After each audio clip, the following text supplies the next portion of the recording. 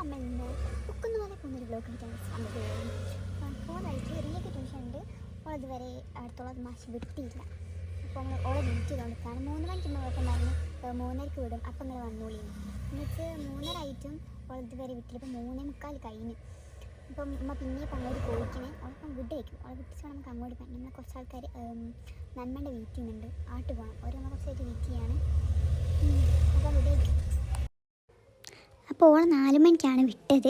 ഓളെയും കൂട്ടി ഞങ്ങൾ നന്മണ്ടയ്ക്ക് പോയി ഓരെ മീറ്റ് ചെയ്ത് അങ്ങനെ ഞങ്ങൾ എല്ലാവരും കൂടി പുക്കുന്നിലേക്ക് പോയി.